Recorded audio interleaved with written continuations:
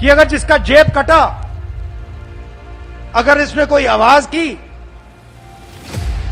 तो उस पर आक्रमण कर दें, उसको डरा दें, ऐसे जेब काटी जाती है। ध्यान इधर उधर करने वाला नरेंद्र मोदी, जेब काटने वाला अडानी और बाद में लाठी मारने वाला अमित। लेकिन अगर यहाँ पर एक किसी को कुछ बोल दिया जाए तो एकदम हाहाकार मच जाता है। पहले उन्होंने मूर्खों का सरदार बोला। अरे मूर्खों के सरदार, इस दुनिया में रहते हैं लोग।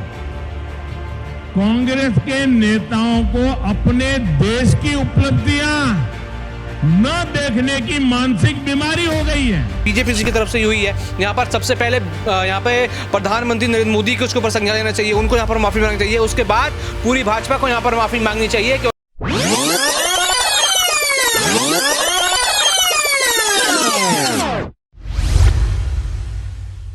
क्या सिर्फ कांग्रेस नेता राहुल गांधी की गलती है?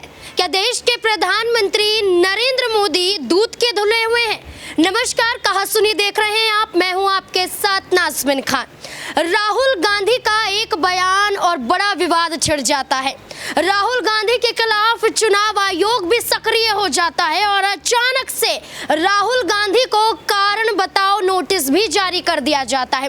दरअसल जानकारी के अनुसार आपको ये बता दें कि राहुल गांधी ने प्रधानमंत्री नरेंद्र मोदी को पनौती कह डाला और पनौती कहते ही राहुल गांधी के जरिए भारतीय जनता पार्टी ऐसे चार्ज हो गई जैसे एक मोबाइल फोन फुल चार्ज हो जाता है।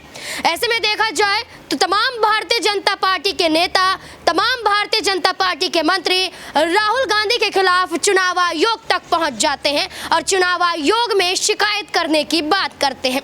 लेकिन जैसे ही राहुल गांधी के खिलाफ चुनाव आयोग में शिकायत करवाई जाती है और उसके बाद चुनाव आयोग के जरिए कारण बताओ नोटिस जारी किया जाता है और कारण बताओ नोटिस के जरिए राहुल गांधी को 25 नवंबर को जवाब दाखिल करना है, उसी दौरान राहुल गांधी के कई और भाषण और कई ऐसे पोस्टर भी वायरल होते हुए नजर आए जो ये दिखाने की कोशिश करते हुए नजर आ रहे हैं ना राहुल गांधी डरता है ना कांग्रेस पार्टी डरती है। जितना झुकाने की कोशिश करोगे उतनी ही मजबूती के साथ तुमको चुनौती देते हुए नजर आएंगे। राहुल गांधी का पनौती कहना और उसके बाद जेब कतरों का इस्तेमाल करना और सीधे तौर पर पनौती आजम का ऐलान कर देना। राहुल गांधी दिखाने की कोशिश कर रहे हैं कि चुनाव नजदीक है लेकिन मैं भारतीय जनता पार्टी से नहीं डरता हूं। याद है? हाँ, क्या पनौती पनौती पनौती, वो अच्छा भला वहां पे, अच्छा भला हमारे लड़के वहां पे वर्ल्ड कप जीत जाते, वो वहां पे पनौती हरवा दिया। टीवी वाले ये नहीं कहेंगे, टीवी वाले ये नहीं कहेंगे, मगर जनता जानती। देखिए भाइयों और बहनों, जेब कतरे सबसे पहले क्या करते हैं? सबसे पहले 3 लोग आते हैं, अकेला नहीं आता। सबसे पहले क्या होता है, एक बंदा सामने आता है, आपके ध्यान को इधर उधर करता है ना, उल्टी सीधी बात बोल देगा। पीछे से एक और बंदा आता है, वो जेब काट देता है, सही। और तीसरा बंदा देखता है कि अगर जिसका जेब कटा, अगर इसने कोई आवाज की तो उस पर आक्रमण कर दें, उसको डरा दें, ऐसे जेब काटी जाती है। ध्यान इधर उधर करने वाला नरेंद्र मोदी, जेब काटने वाला अडानी और बाद में लाठी मारने वाला अमित शाह।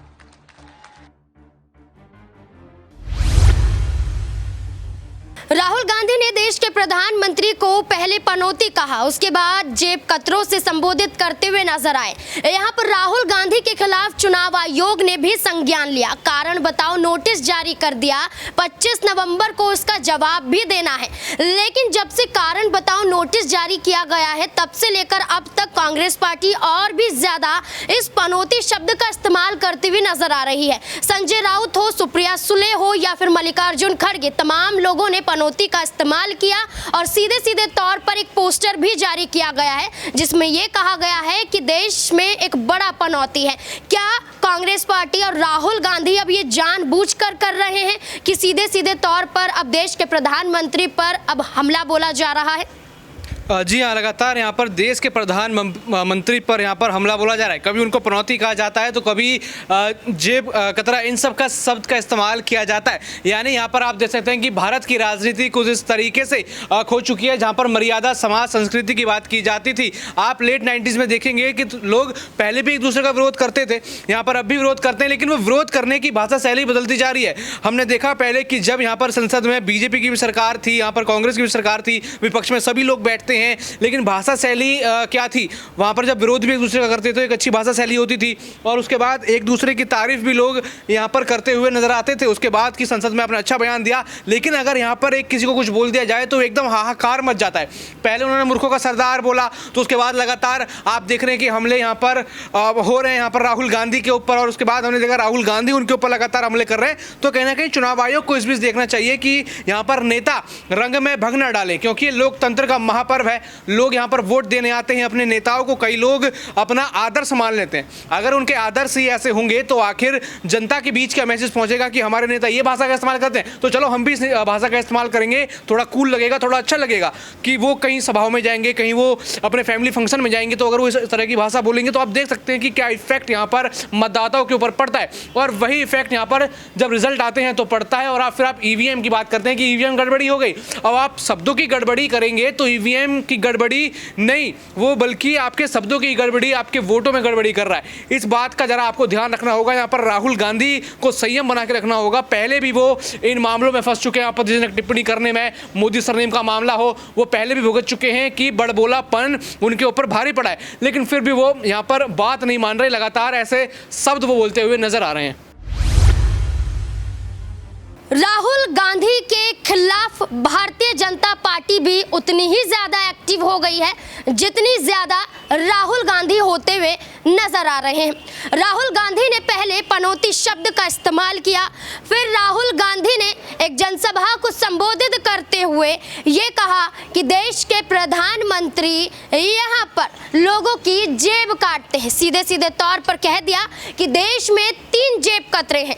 यहाँ पर एक जेब कतरे का नाम लिया जाता है देश के प्रधानमंत्री नरेंद्र मोदी का, फिर अमित शाह का, फिर गौतम अडानी का, उस गौतम अडानी का जिसके जरिए जनता का पैसा खाया गया है और चुनाव प्रचार के लिए भारतीय जनता पार्टी इस्तेमाल करती हुई नजर आ रही है। लेकिन उसके बावजूद भारतीय जनता पार्टी को अपनी कोई भी गलती नजर नहीं आती। चाहे देश के प्रधानमंत्री मूर्खों का सरदार कह दे, चाहे देश के प्रधानमंत्री यहाँ पर सीधे तौर पर कांग्रेस पार्टी पर निशाना साधे, चाहे देश के प्रधानमंत्री और भारतीय जनता पार्टी इंदिरा गांधी को ऐसे शब्दों का इस्तेमाल कर जाए जिसके बाद सोचने पे मजबूर हो जाएं, आप देश के प्रधानमंत्री ही हैं या फिर यहाँ पर नाटक कर रहे हैं। अब कुर्सी का खेल तो जरूर देखा जा रहा है, लेकिन भारतीय जनता पार्टी अपने नरेंद्र मोदी जी को बचाने में उतनी ही ज्यादा जुट चुकी है।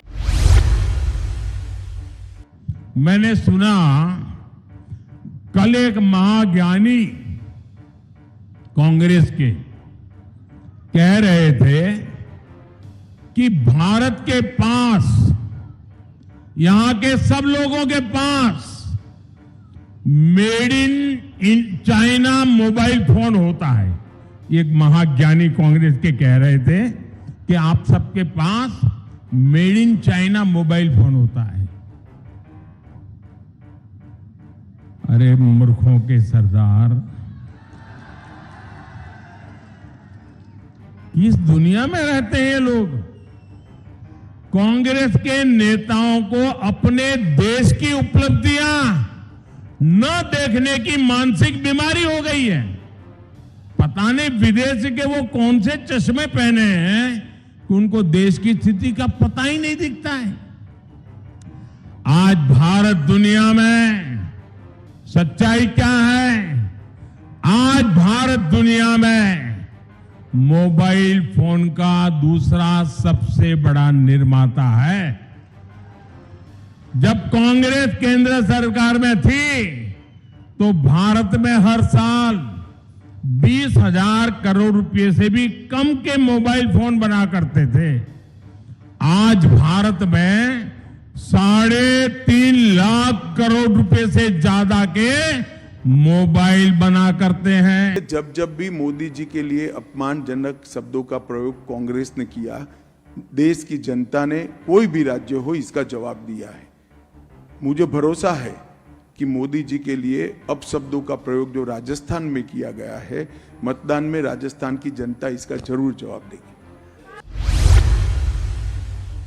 राहुल गांधी के खिलाफ कारण बताओ नोटिस जारी कर दिया जाता है। भारतीय जनता पार्टी लगातार कह रही है कि राहुल गांधी को माफी मांगनी चाहिए, लेकिन अचानक से चुनाव आयोग सक्रिय हो जाता है, कारण बताओ नोटिस जारी कर देता है, एक्शन ले लेता है। लेकिन देश के प्रधानमंत्री मूर्खों का सरदार बोलते हैं, उसके बावजूद उन पर कोई एक्शन नहीं होता है। क्या माफी सिर्फ राहुल गांधी को मांगनी चाहिए? क्या देश के प्रधानमंत्री नरेंद्र मोदी बेशक इतने बड़े पद पर बैठे हैं, इन शब्दों का इस्तेमाल करेंगे, क्या उनकी गलती यहाँ पर नजर नहीं आती है? देखा जाए तो सबसे पहले शुरुआत यहीं से हुई कि प्रधानमंत्री नरेंद्र मोदी ने किस तरह की भाषा शैली का इस्तेमाल करा। इसके बाद कांग्रेस की तरफ से हमले हुए, राहुल गांधी ने इसको पूरा पर्सनली ले लिया और उसके ऊपर लगातार हमले करने लगे, पनौती कहने लगे। उसके बाद यहाँ पर नया शब्द जेब कतरा उन्होंने यहाँ पर खोज निकाला, वो इस तरह के शब्द कहने लगे। तो लगातार देखा जाए तो भारतीय राजनीति कहीं ना कहीं बदनाम इसी वजह से होती जा रही है कि लोग शब्दों का मर्यादा यहाँ पर नहीं रखते, यहाँ पर मान मर्यादा एक दूसरे की नहीं रखते, उनको कुछ भी यहाँ पर बोल देते हैं। लेकिन शुरुआत देखा जाए तो बीजेपी जी की तरफ से हुई है। यहाँ पर सबसे पहले यहाँ पे प्रधानमंत्री नरेंद्र मोदी को उसके ऊपर संज्ञान लेना चाहिए, उनको यहाँ पर माफी मांगनी चाहिए। उसके बाद पूरी भाजपा को यहाँ पर माफी मांगनी चाहिए, क्योंकि आप नित्य दिन आए दिन यहाँ पर अपने हर भाषण में गांधी परिवार का नाम लेते रहते हैं, आप उनके पूर्व नेताओं का नाम लेते हैं, उनको ना जाने क्या क्या कहते हैं। तो अगर बात माफी मांगने की है तो सबसे पहले बीजेपी सामने आए और गांधी परिवार के ऊपर जो प्रतिक्रिया देती है उसके ऊपर माफी मांगे। अगर कारण बताओ नोटिस राहुल गांधी के खिलाफ जारी किया गया है तो कारण बताओ नोटिस चुनाव आयोग को देश के प्रधानमंत्री नरेंद्र मोदी और भारतीय जनता पार्टी के संयोजक नरेंद्र मोदी जी के खिलाफ भी देना चाहिए। दरअसल आपको बता दें कि भरी सभा को संबोधित करते हुए प्रधानमंत्री ने कांग्रेस पार्टी को, राहुल गांधी को मूर्खों का सरदार तक कह डाला था और उसके बाद कोई संज्ञान नहीं लिया जाता है। हंसते नजर आते हैं पूरी भारतीय जनता पार्टी, देश के प्रधानमंत्री वर्ल्ड कप से लेकर राजनीति तक हंसते हुए नजर आए हैं। तमाम लोगों का अपमान तमाम भारतीय जनता पार्टी के नेताओं ने किया है और इस कड़ी में देश के प्रधानमंत्री आ जाते हैं, जिससे तमाम पार्टियां कुछ सीखती हैं। लेकिन इसी बीच देश के प्रधानमंत्री उसी सीख को यहां पर चकनाचूर कर देते हैं। इसलिए सवाल है चुनाव आयोग पर कि चुनाव आयोग को भी लेकर यह कहा गया है कि क्या केंद्र सरकार के इशारों पर ही काम करना जानते हैं या उसके अलावा भी आप निष्पक्ष रूप से, स्वतंत्र रूप से फैसला ले सकते हैं। इसलिए सवाल जो दागे गए हैं, अब क्या कारण बताओ नोटिस देश के प्रधानमंत्री नरेंद्र मोदी को भी लागू होगा?